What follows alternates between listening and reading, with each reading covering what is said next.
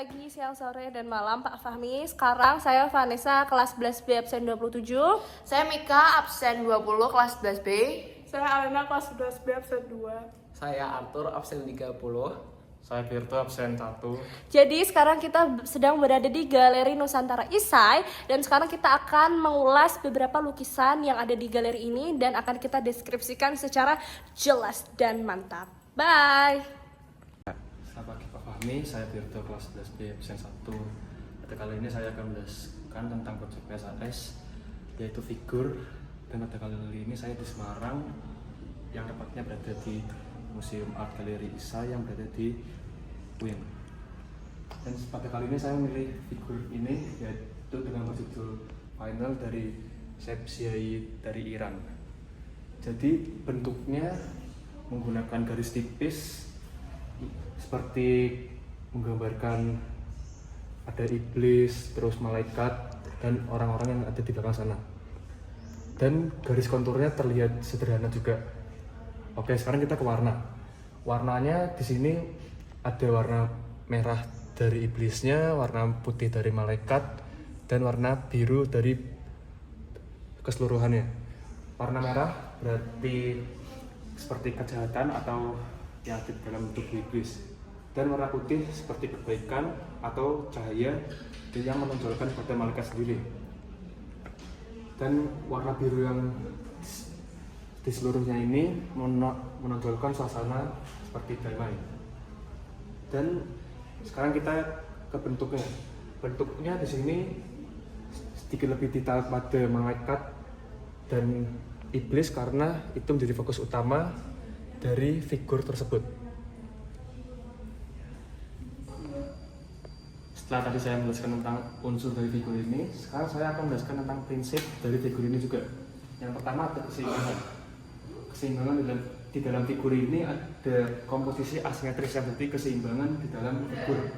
Ada dua makhluk yang menjadi komposisi asimetris, yaitu antara iblis dan malaikat. Dan juga ada keseimbangan antar warna, yaitu keseimbangan antar warna merah, putih, dan biru. Dan yang kedua ada penekanan. Penekanan dari dalam figur ini ada dua, yaitu penekanan dari dua tokoh tersebut atau dua tokoh utama, yaitu yang pertama ada malaikat dan iblis. Dan juga ada penekanan, yaitu penekanan kontras warna dalam figur ini juga, yaitu antara warna merah dan putih. Oke. Yang ketiga atau yang terakhir ada kesatuan. Kesatuannya bisa dilihat dalam figur ini, ada warna biru full yang bisa menyatukan elemen. Dan yang kedua, di belakang sini bisa kita lihat ada orang-orang sedang berinteraksi yang bisa mendukung konteks cerita utama dari figur tersebut. Selamat pagi, siang, malam, dan Pak Fahmi. Saya Alena dari kelas 11B absen 2. Kali ini akan menganalisis sebuah lukisan yang berjudul Musyawarah Rimba, karya dari Abdullah Ibnu Talha. Nah, kita bisa lihat di lukisan ini terdapat banyak banget nih hewan, seperti ada sapi, badak, jerapah, rusa, harimau, babi, gajah, buaya, penguin, dan lain-lain. Nah, seolahnya mereka lagi kayak melakukan sebuah rapat penting. Nah, kita juga bisa melihat bahwa beberapa dari mereka ini menggunakan pakaian yang formal. Seolah-olah tuh mereka lagi membahas tentang masa depan dunia, yang kita bisa lihat disimbolkan dengan adanya roket dan bumi gitu.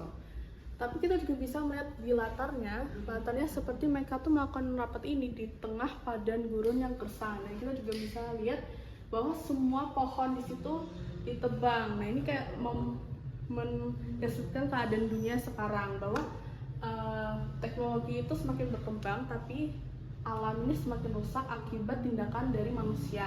Kita bisa lihat sebagai objek utama yaitu adalah manusia sedang terikat, kayak seolah itu menggambarkan bahwa mereka lagi mempertanggungjawabkan tindakan mereka atas alam ini. Selanjutnya saya akan membahas tentang teknik dan unsur yang digunakan oleh Abdullah ini. Nah, Abdullah menggunakan teknik cat yang dengan sapuan yang halus. Kita bisa lihat walaupun dengan sapuan yang halus, Abdullah tetap mempertegas detail-detail seperti pada pakaian mereka dan bulu-bulu hewan. Dan kita bisa lihat juga shadingnya sangat halus. Terus latarnya juga dibuat kusam dan gersang untuk memperkuat kritik ekologisnya. Selanjutnya kita akan membahas tentang unsur. Ya, unsur yang digunakan pertama adalah garis. Nah, garis ini digunakan secara jelas untuk mempertegas bentuk hewan dan pakaian-pakaian mereka dan objek di sini. Selanjutnya adalah warna. Kita bisa lihat di hewan-hewan ini menggunakan warna yang sangat cerah, berkontras dengan latar yang digunakan. Kita bisa lihat latar-latar di sini menggunakan warna yang kusam dan gersang untuk kembali lagi memperkuat makna di balik lukisan ini. Selanjutnya kita akan membahas tentang bentuknya. Bentuk ini ada perpaduan dari organis, yaitu bentuk-bentuk hewan dan bentuk geometris yang kita bisa lihat ada di meja, roket, dan bumi. Selanjutnya saya akan membahas tentang prinsip dari seni rupa ini. Yang pertama adalah keseimbangan. Kita bisa lihat bahwa posisi duduk hewan ini sangat seimbang dari kiri dan ke kanan. Selanjutnya kita akan membahas tentang kesatuan. Kesatuan kita bisa lihat dari tema rapat, pakaian formal, dan arah pandangan pada hewan-hewan ini membuat semua elemen itu menyatu dalam sebuah tema yang besar. Nah, selanjutnya adalah penekanan. Kita bisa lihat bahwa titik fokus pada lukisan ini berada di roket dan manusia yang terikat. Selanjutnya kita membahas tentang irama pada lukisan ini. Irama yang bisa kita lihat di sini adalah arah pandangan mereka dan aliran posisi duduk mereka yang mengalir dari kiri dan kanan yang membuat visual ini seperti beritme. Itu saja analisis lukisan saya, semoga bermanfaat dan terima kasih. Selamat siang, sore, dan malam Pak Fahmi. Perkenalkan, nama saya Mika, nomor absen 20 dari kelas 11B. Pada kesempatan kali ini saya akan menjelaskan satu lukisan yang berjudul Unbounded Realities oleh Nana Mardiana dari Indonesia. Jadi lukisan ini menolak gagasan bahwa kekuatan harus selalu lantang. Justru di dalam keheningan, dalam remuk yang tersembunyi, disitulah terdapat bentuk lain dari sebuah keteguhan. Dapat terlihat dari bentuk-bentuk yang ada di lukisan ini, terdapat gumpalan-gumpalan yang menjadi satu walaupun adanya keterpecahan gitu. Lalu di lukisan ini terdapat unsur-unsur yang pertama, yaitu adalah unsur warna, di mana ada menggunakan warna-warna yang cerah dan juga kontras. Ada warna pink, hijau, biru, lalu kuning dan oranye.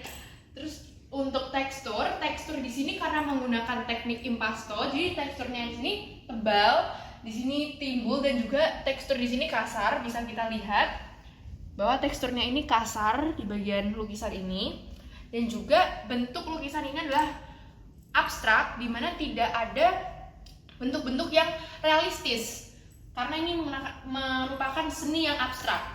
Lalu untuk prinsip lukisan ini ada 3. Yang pertama adalah prinsip kesatuan. Walaupun lukisan ini adalah lukisan yang abstrak, namun terdapat di warnanya ini merupakan warna yang nyambung menjadi satu. Ada warna hijau yang menggunakan gradasi-gradasi, lalu juga biru yang juga ada gradasinya. Jadi walaupun dengan warna yang berbeda-beda, namun tetap enak dilihat karena masih sama-sama memiliki kesatuan. Lalu yang kedua ada keseimbangan.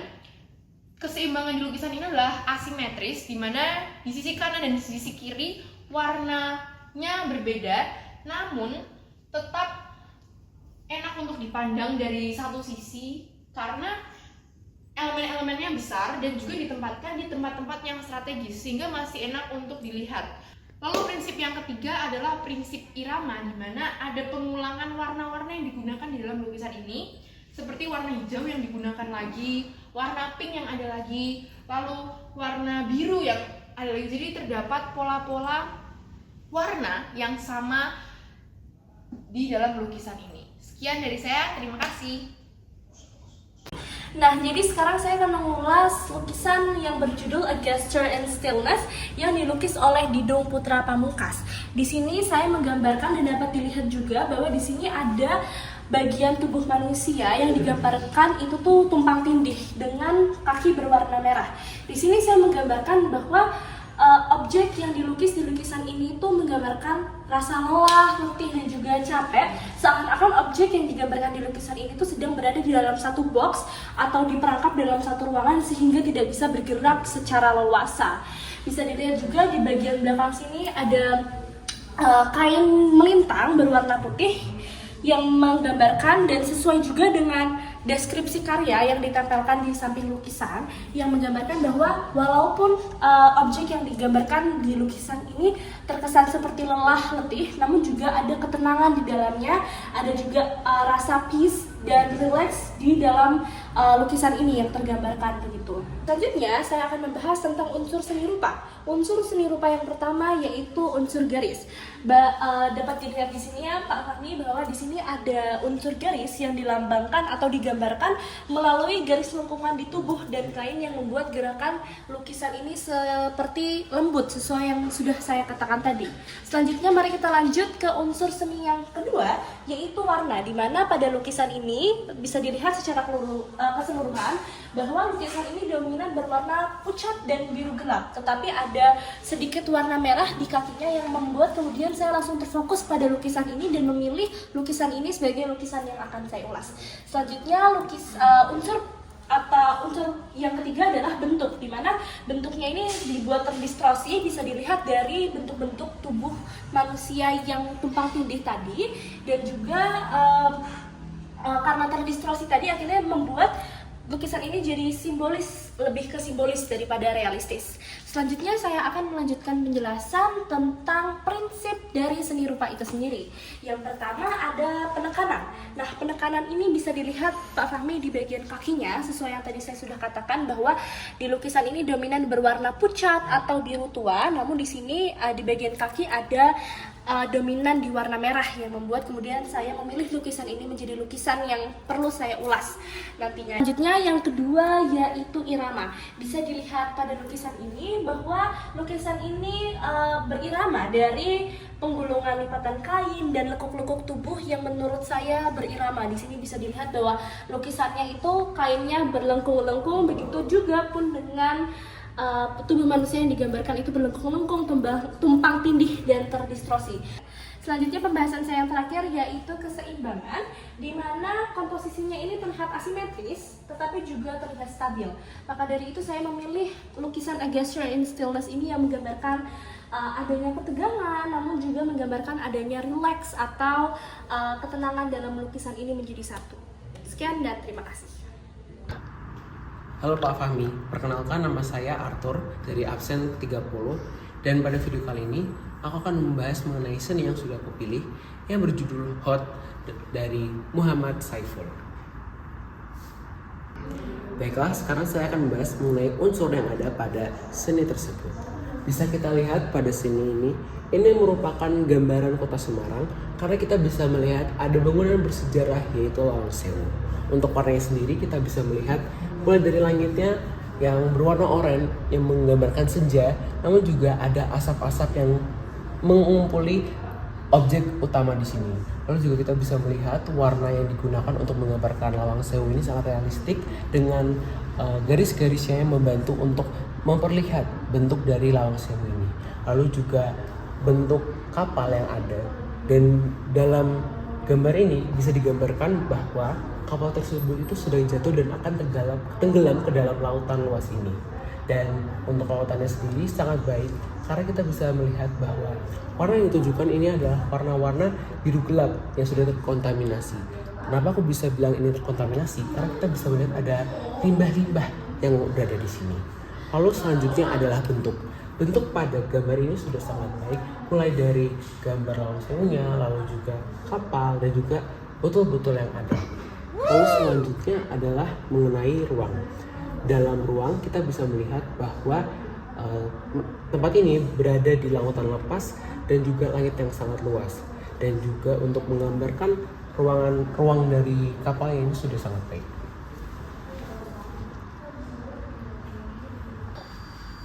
Selanjutnya saya akan membahas mengenai prinsip yang ada pada seni yang sudah saya pilih. Kita bisa melihat untuk prinsip yang pertama yaitu keseimbangan. Keseimbangan di sini adalah keseimbangan asimetris. Dimana kalau kita lihat komposisinya, di bagian kanan terdapat bangunan Lawang Sewu yang menjadi fokus utama.